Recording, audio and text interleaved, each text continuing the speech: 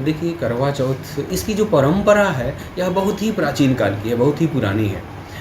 जैसा हम लोग पौराणिक आख्यान देखते हैं, पौराणिक आख्यानों के अनुसार जब पांडव वनवास में थे और वनवास के समय में जब शक्तियाँ अर्जित करने के लिए अर्जुन इंद्रकील पर्वत पर गए, तो द्रौपदी को अनायास ही बहुत चिंता होने लगी, क्योंकि इंद्रकील पर्वत जो है, जैसा कि नाम से ही आप जान रहे हैं कि बहुत ही कठिन दुर्गम पहाड़ी थी। वहाँ पर किसी के लिए भी जाना बहुत दुस्सह था, बहुत कठिन था।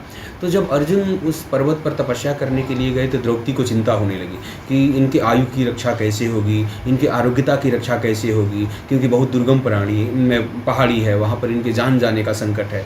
तो फिर वो चिंतित होकर के भगवान कृष्ण से इसका उपाय पूछे कि हमारे पति की रक्षा कैसे होगी। तो भगवान श्री कृष्ण ने इनको इरावती की कथा सुनाई। वीरावती की, एक वीरावती स्त्री थी, ब्राह्मणी कन्या, जिसने अपने पति का प्राण 1 वर्ष के बाद प्राप्त कर लिया था इस व्रत के प्रभाव से।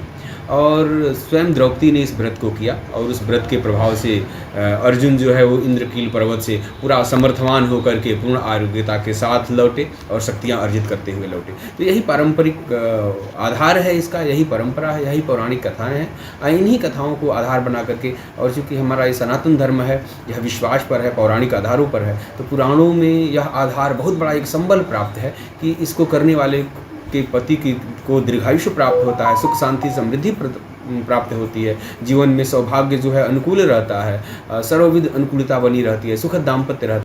देखिए, प्रत्येक स्थानों पे थोड़ा सा अंतर होता है, क्योंकि सबका क्षितिज अलग अलग है। तो आप वाराणसी में चूँकि हम लोग बात करते हैं, तो वाराणसी की अगर बात करें तो वाराणसी में 8 बजे चंद्रमा का उदय होना है, और इसके आसपास के क्षेत्रों में भी कोई बहुत असर नहीं पड़ेगा, 1-2 मिनट आगे पीछे की बात है। जो सुदूरवर्ती क्षेत्र हैं वहाँ पर उनका जो देशांतर है, जो अंतर होता है दो स्थानों का, उन स्थानांतर जन्य कुछ समय आगे पीछे हो सकता है।